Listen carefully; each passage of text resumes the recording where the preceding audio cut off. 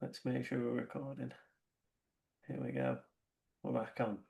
Um, Luke, we Hello. are 8 days out from Sid. Yes. A couple of days ago, you posted some information about what to do in the next 10 days. When you posted it was 10 days leading up to Sid, and what not to do as well. So we thought it'd be good to kind of dive into the weeds a little bit and yeah, get people informed what they should be doing, what they shouldn't be doing, and anything else in between. 100%. Let's get it kicked off. um, right. So the first bit that we're going to touch on is some people who maybe aren't working with you or haven't really worked with, a nutrition expert before. They might be kind of fapping themselves a little bit, especially if they've not done a competition, Mm, and just they don't know what to do really with the nutrition. And obviously, in your information that you gave, you said about refining and not reinventing what you're doing. mm. For an athlete who might be panicking a little bit and be like, "Oh, like what does that kind of mean?" Yeah, what are the crucial things in these next 10 days? So for someone who's like almost they're new to the competitions experience, or someone who hasn't really looked into their nutrition leading up to the competition, naturally probably the most data that comes back from me from people like that is obviously training volume starts to come down, right? Yeah, And tell me if I'm wrong there. But training correct. volume starts to come down, and you try and hold that a bit of intensity. Now, naturally, for the athlete, they think because they're doing less, they need to eat less, right? Because they're like, which is a common thing that comes up with questions with me is I'll be if I eat the same amount as a normal volume training day and I get to the comp, I'm going to be really heavy. Hmm. Now, like you don't need to taper your food, take it down, or anything like that. And when I say you have to refine stuff, it's just being all the hard work is done in terms of peaking for a competition. You're not going to get any fitter and you're not going to get any stronger, right? So what we're trying to do is put credit into your health markers. We're trying to maximize your recovery and your efficiency with food, right? So a Okay. simple thing is going to ourselves, okay, if the volumes come down and you're out the gym quicker and stuff like that, it just means doing certain factors like making sure that your pre and post workout are still locked in to start fueling for the kind of intensity that you're doing still, and also starting off the cortisol and starting to recover straight after that training. Okay, because like the training is designed to uh, refine and get everything ready for next weekend. And so should your nutrition. So making sure that you start that recovery process straight after you train with some sugary carbs and protein, just to help you out. And Yeah. then obviously 9 times out of 10 people are going from double day training because they work, so they may have to split it up, so they're going Hmm. from double to single day. And then all you got to think about is going, how can I follow the same structure as my normal day, but Mm. instead of loading up trying to have another pre or post workout, you just have a snack that still has protein, starchy carbohydrates, and fats in with it. So it's like you're refining the meals after, and just looking to get more. I call them like health marker meals. So Okay. protein, starchy carbs, and a bit of fats. Okay, and you've got to try and eat to the same volume. You just don't maybe need as much sugar. Okay. Um, if that makes sense. Did I Yeah. explain it okay? Yeah, it does. It does. So what's just kind of give us the just kind of brief synopsis of like why is it important to kind of bring those health markers up in the week the week, 2 weeks before competition with your nutrition? Like, what's the idea of that? So it's predicting data. So we can foresee that a huge spike of stress is going to come onto your body over a 3 or 2 day competition, right? Yeah. So we're predicting that data, and that's going to create the battery within your body to Mm. be obviously lowering because there's going to be a huge demand. So we need to try and charge that battery fully up so it withstands the stress that's happening within the body. Yeah. Okay, so That's and great. to do so, it's making sure like we are the reason why we take training down is exactly the same. It's like all the hard work's done, and you want to feel good without being pre-exhausted, like we do in Hmm. training, right? We Yeah. pre-exhaust stuff, and when people go, "Oh, that didn't feel as good," and it's like, "Oh, we've probably done an EMON of X amount of chest bars beforehand, right?" Yeah. And now we take that away, and you should feel really good into the competition. Exactly the Yeah. same with your nutrition. So we are looking to make sure that we're eating enough to a maintenance. We are making sure that we are hydrating enough. We are making sure that we are lowering down stress metrics as well, like other Hmm. stress metrics, because as human beings, because our number one thought of training is coming down, we start to load our plate up with other stresses, right? Yeah. So all in your head, you just should say to yourself, within my nutrition, if I normally have 4 meals a day, I'm gonna make sure I still have 4 meals a day because even if you track or not track, that's gonna navigate you to a caloric intake that you're used to. Hmm. That makes sense.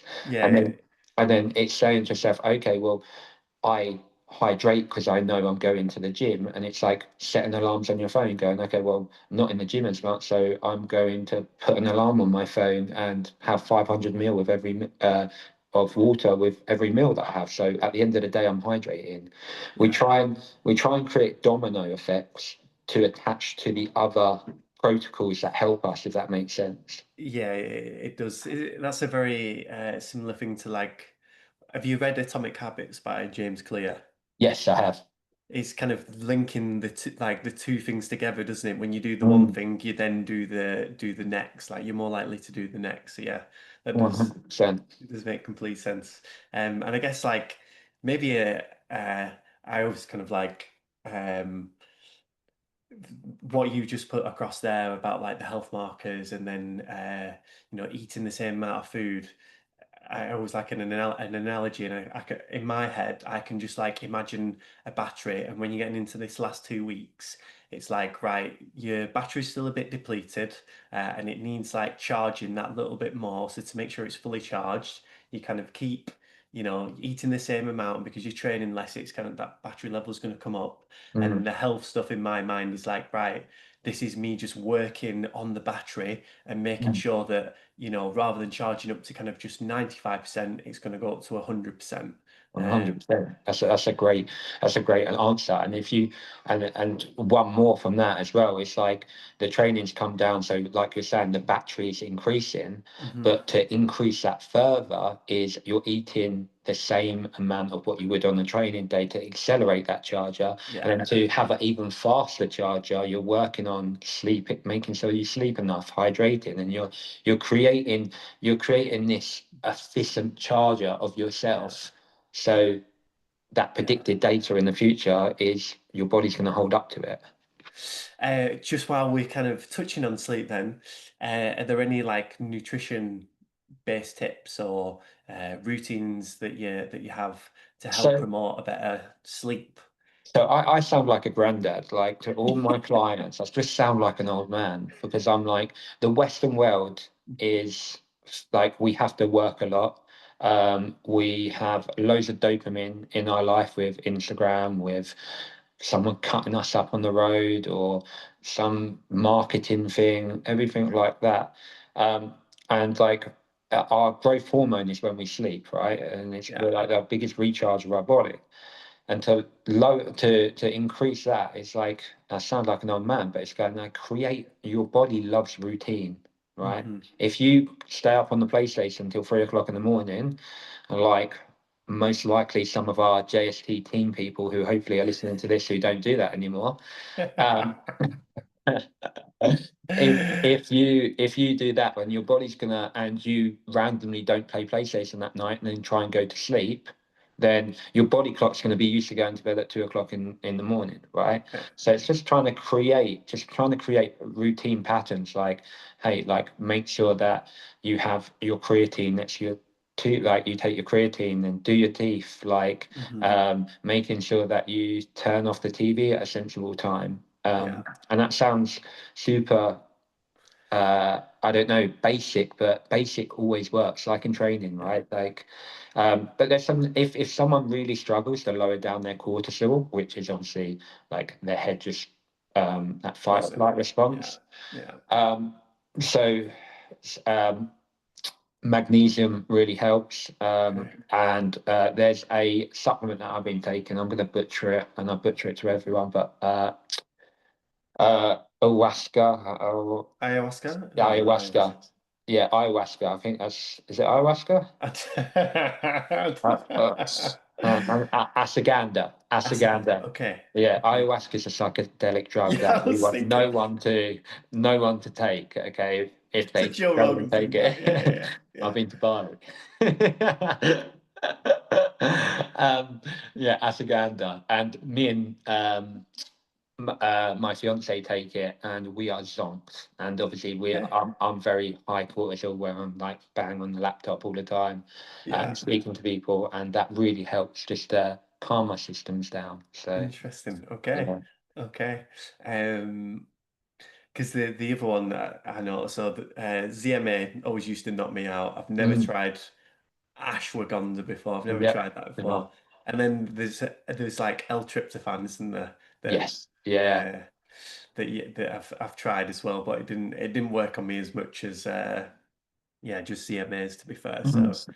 Yeah. So okay, anything like that, if you do struggle, it does help. And obviously, just be like, have some common sense, like this week, and like just add into sleep this week.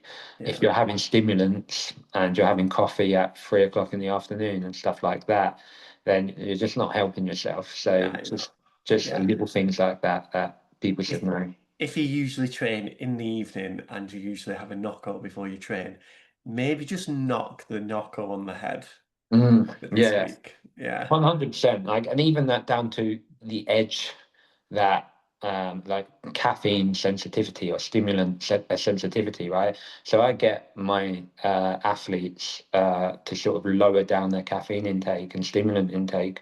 Obviously, I get them to have a coffee just to be regular on the toilet and stuff like that. yeah, One, but then when on game weekends, when you're having a coffee or having two coffees, or you're having a stimulant there, it's you're going to be more sensitive to it as well.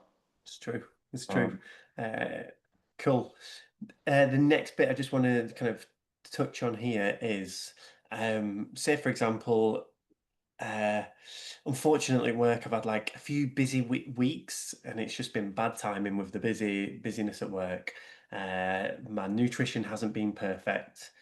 How what are your few little tips to maybe get it dialed in a little bit more now? Um, yeah, but so this is if someone who has been manic with work, unfortunately, stuff has come up in the last 3 weeks, and then they're trying to do like little bits to try and get their body into a place to be able to um, feel yes, better and be energized. Yeah. yeah, So yeah, just lean on the basics. Okay, okay, like 9 times out of 10, these people are not going to have time to track. They're not going to have time to like do any advanced methods, and hmm the basics will always serve us. So just go to yourself as a male or a female. If you have 4 meals a day or 3 meals and 2 snacks a day, and you have a protein source with every single meal, that's going to navigate you quite closely to your protein intake, which is a massive one, hmm right? And then you then go, right, within those 4 meals a day, or whatever the amount of meals you're having, if you have a bit more starchy carbs or a bit more carbs per meal, you monitor the fats so you can look at the fats that you're eating. So you're hmm not then jamming those fats up with the carbohydrates of what you're having. So Right. when I say visible fats, stuff like avocado, dark chocolate, nut butters, stuff like that, because it's Mm. a lot easier to go, okay, well, I can see the fats on it rather than Yeah. pouring a load of olive oil on stuff and Yeah. Yeah. not having a clue whether that's 150 calories or 600 calories. Um, so it's just just creating, yeah, again, that domino effect of going, right, I'm having this structure because it fits into my lifestyle. I'm having a protein source with every meal. And then I know that I need carbs to help with energy, especially if I have stress going on in my life or I Hmm. haven't prepared for it. So carbohydrates will help us in terms of cope with that. And then obviously fats for hormones, but you're still being guided with your fats for hormones as well. Yeah. And then you're saying to yourself, okay, well, that is an upregulation of 60%. Because if you're doing that and you weren't quite doing it before, you were just having one meal here, two meals the next day, and you weren't really focusing on what you were having, then you just going into a meal structure and hitting your protein and making sure that you're having a carb source with every meal that you're having, that's going to upregulate, like as if you going into the gym and your 1 RM is 100 kg, and then can you imagine doing 60% of that over your PB? Like Yeah. that, there's simple steps that you could do to um, try, and then yet again, that's gonna create that domino effect, because if you start to eat what your body needs to on a functional level, Hmm. then you're going to sleep better. Then you're not going to be as like your mood's not going to be as erratic. Like Hmm. if you're anything like me and you are busy and you undereat, and all of a sudden this emotional thinking comes in your head and you're just like, I need food right now and I can't really concentrate on anything else. And Yeah. it starts to then, food start, Spiral. yeah, spiral, and then it starts to benefit you from there. So it's, it obviously, it will just have that positive effect, and it won't take long to start seeing on like a physical level as well. Yeah. Yeah. So yeah. Great. Right. We've spoken about stuff before the weekend. Let's start to touch on the stuff actually on the weekend. So I guess one of the things that you said was test your competition fueling plan. Mm, W- Obviously, for strength and depth, right now, so 8 days out, they still haven't released the workouts. yeah. How, if you know, if this is the case, like, what should people do? Like, how would people go about, testing the fueling plan? Maybe they release tomorrow and they can do it on Mm, Saturday. So maybe like a situation where they maybe don't know all the workouts, and then a situation where they do, maybe. yeah. I think in terms of in terms of you can, it's not so much about what the workouts are, because in JST we do all different types of time frames, types of conditioning and stuff like that. It's more like the from now till the competition. It's going to yourself, right, I'm an hour and a half away from training. This is what I would normally have. Okay, I'm warming up. I'm going to start drinking my Lucozade to create that neurological effect on like sugar on the gums to Yeah. tell my body, and just doing steps as if you were competing. Okay, I've just finished that workout right now Hmm. and I am sipping on more carb liquids and starting to get that recovery back in. And it's sort of like refining and having intent into what you're doing. And then when you get to the competition weekend, then we have a script go off, and then all we've got to do is add or decrease to that script. For instance, like the World Fitness Project has just come out, right? Yeah. And it's one of the workouts is a 6 minute workout, right? Which is all go, head down, all go, right? So when you look at that work kind of workout, and you're in strength and depth, it's a very central nervous system workout. Like Hmm. your heart rate's going to be absolutely from zero to, and it's going to skyrocket, right? And then it's going to yourself, right? I probably most definitely need solids cut out about 60 minutes to 100 minutes beforehand, and just having liquids. And so I am at that state where nothing's going to come up or anything like that. And then straight after, because the intensity of the short workout, when I go out to the comp floor and I finish, instead of Yeah. waiting for everyone else to finish and then walking around the athlete area, then walking to try and find your bag, like that's Hmm. 10 minutes away from recovery. Yeah. Whereas if you take carb liquids out with you and before you're out there, you're sipping on it, but when you finished, you're then have it consuming 30 grams of carbohydrate straight after. You've kick-started that recovery straight away in liquid form that your digestive system is not going to have trouble breaking down. And Yeah. then you can start having a time frame to it. And then you're like, right, I've 10 minutes late, I've just got to my bag in the warm-up area, right? Hmm. Now I'm going to convert from liquids to jellies. So then you're then starting to wake up the digestive system even more by having like 3 or 4 handful of sweets. And then you're giving it 10 more minutes and having something like a squares bar and a banana, right? And they sound like all little bits of food, but with the timings and with the carbohydrates straight away, that's like 105 to 110 grams of carbohydrates that you've just methodically got in a efficient time frame without it like distressing your gut or anything like that. Okay. Yeah, interesting. Really interesting that. Um, this kind of like leads on to what you kind of talked about there. And it's about like intra workout fuel. So Mm, you've touched on it already, but how would it differ between, that kind of shorter 6 minute style workout that you just mentioned for the World Fitness Project? Say mm, there was a similar event at SID, and word on the street is there's a 5K run on the first day. mm. And imagine, there's a workout after. How would the intra workout differ between those two styles of workout? Obviously, it's down to the individual and how they digest food. That's the number one thing. If you struggle digesting food because of nerves and stuff like that, your best bet is to go, okay, well, like, and no matter really the workout is you're going to yourself, right, I've got to get enough carbohydrates in, probably by liquids, because like my stomach is just not going to take that. So it's Yeah, individual basis, but like the biggest difference in terms of intra workout or intra competition nutrition would be yeah, like a 5K is anywhere from what 18 minutes to 25, 26 minutes, something like yeah, that, right?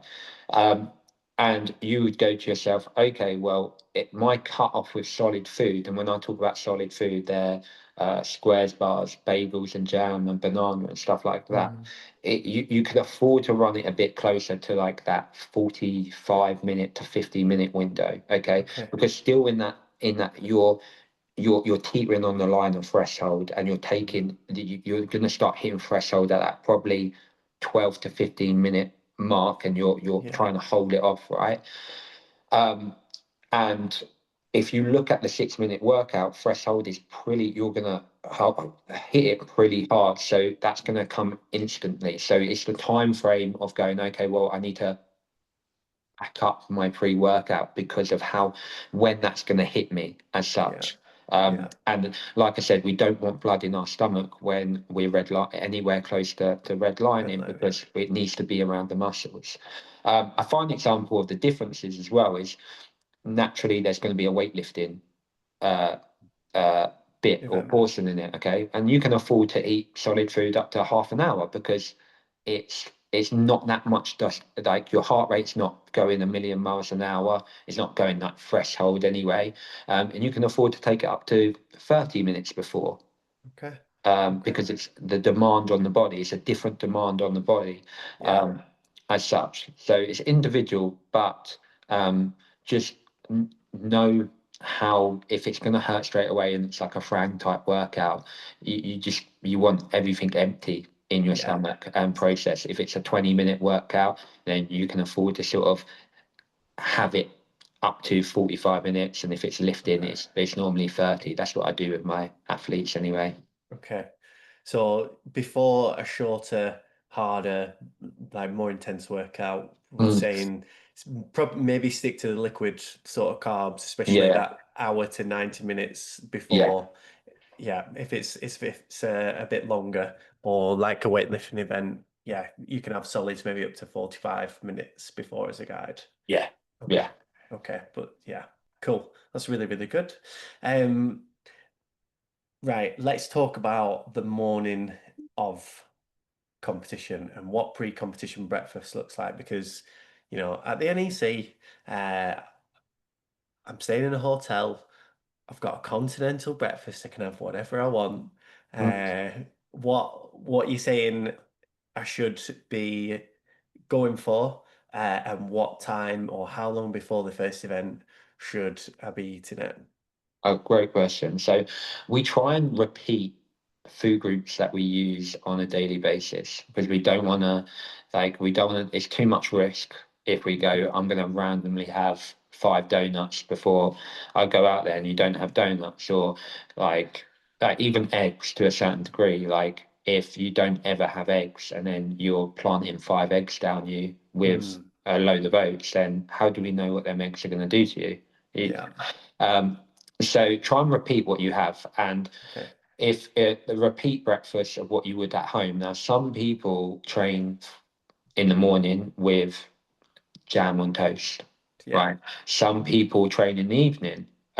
So what I would say is look at your foods. If you have oats in the day as a pre-workout, then you can use that in your morning, right? Mm, You're thinking about the majority of carbohydrates with some protein and a little bit of fats. And then you've got to think about when your first heat is, because some people will be out at 8 o'clock and some people will be out at 11:30. So if you're out at 8 o'clock, then you probably need to, like when me and Esme done cattle dog CrossFit competition, we had to wait outside the breakfast place, and when it opened at 6 o'clock we had to run in, grab some food because we didn't know what time we were going to start, whether it's 8:30. So yeah.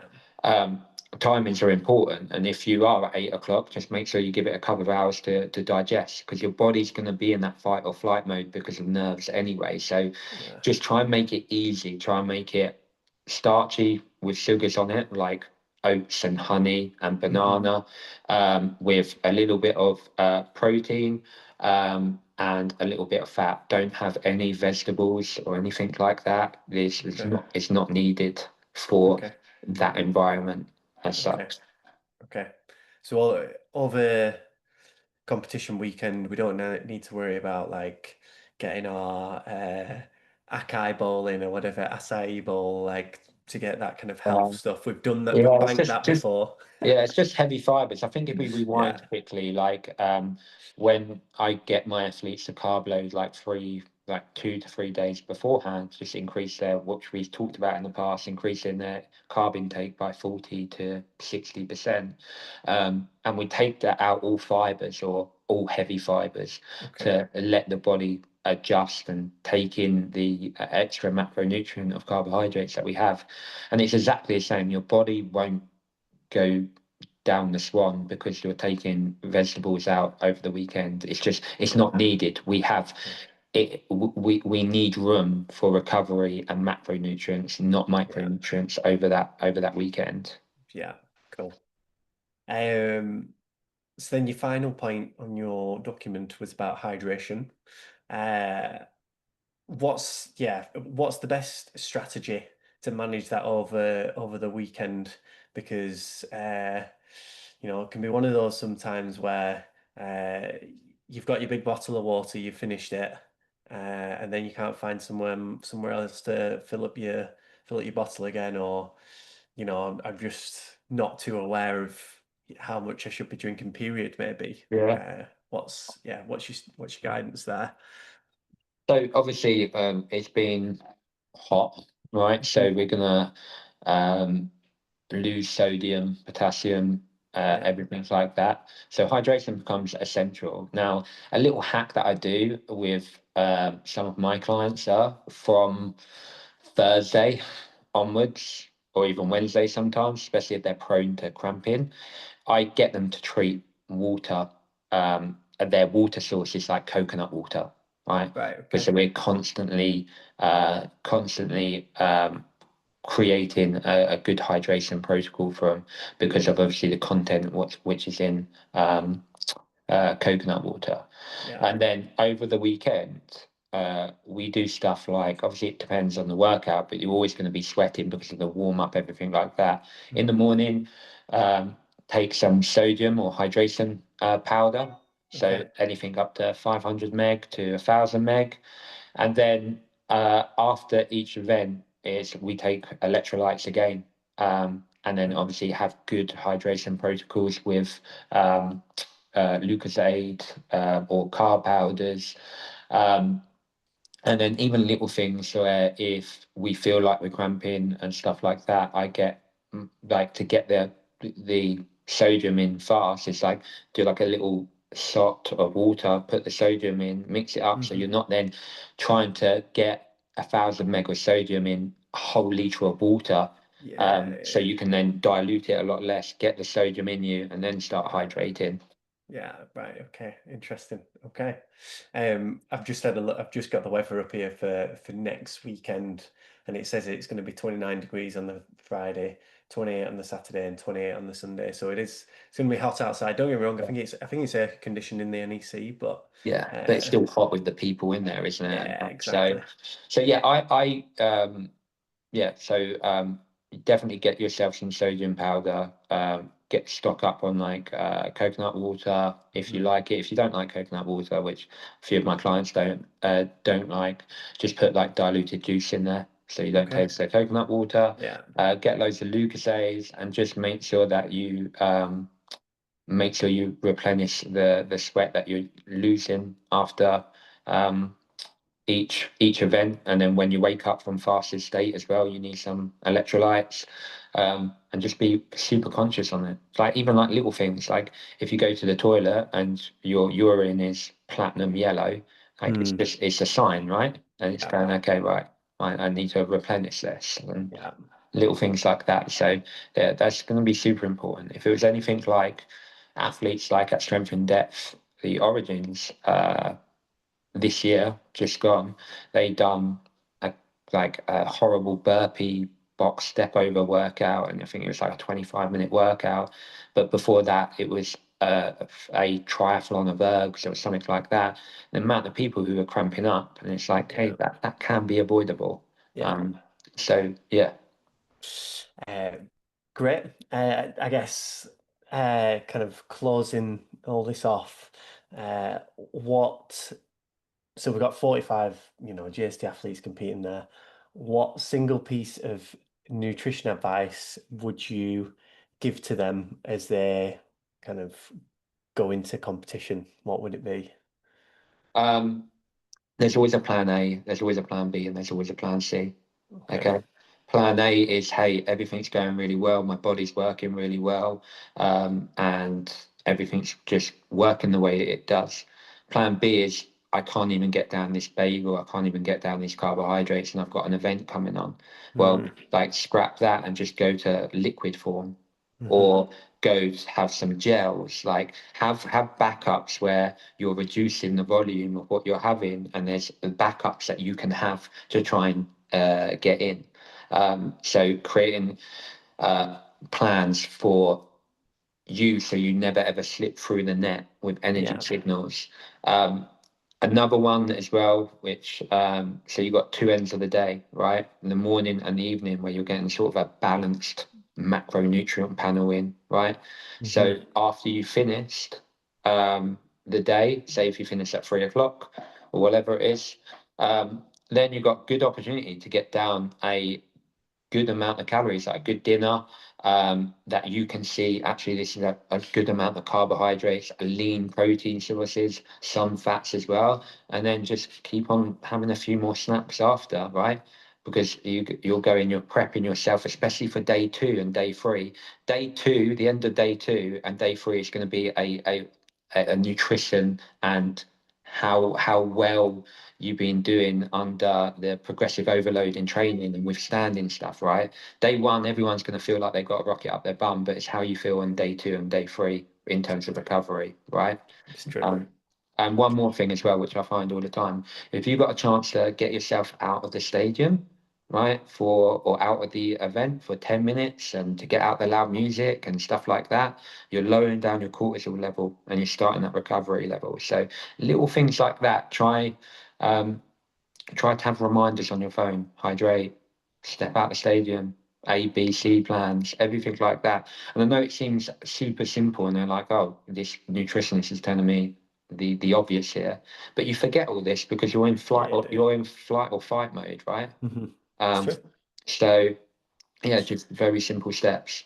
Will you be there next weekend, Luke? We will 100% be there. Yes. So we've got, obviously we've both got a lot of athletes who are going, and I will be there. So if anyone else, needs advice or just grab me, just ask me with anything, but I'll be the one who will be leaning over the stand, throwing Lucozades at people, following around, going, you need this. Yeah, literally. Um, so, so yeah, we'll be there. Will you be there? I will be there. Yeah, yeah. I'll be there Saturday, Friday and Saturday. Mm. So yeah, Yeah, so I'll see you there.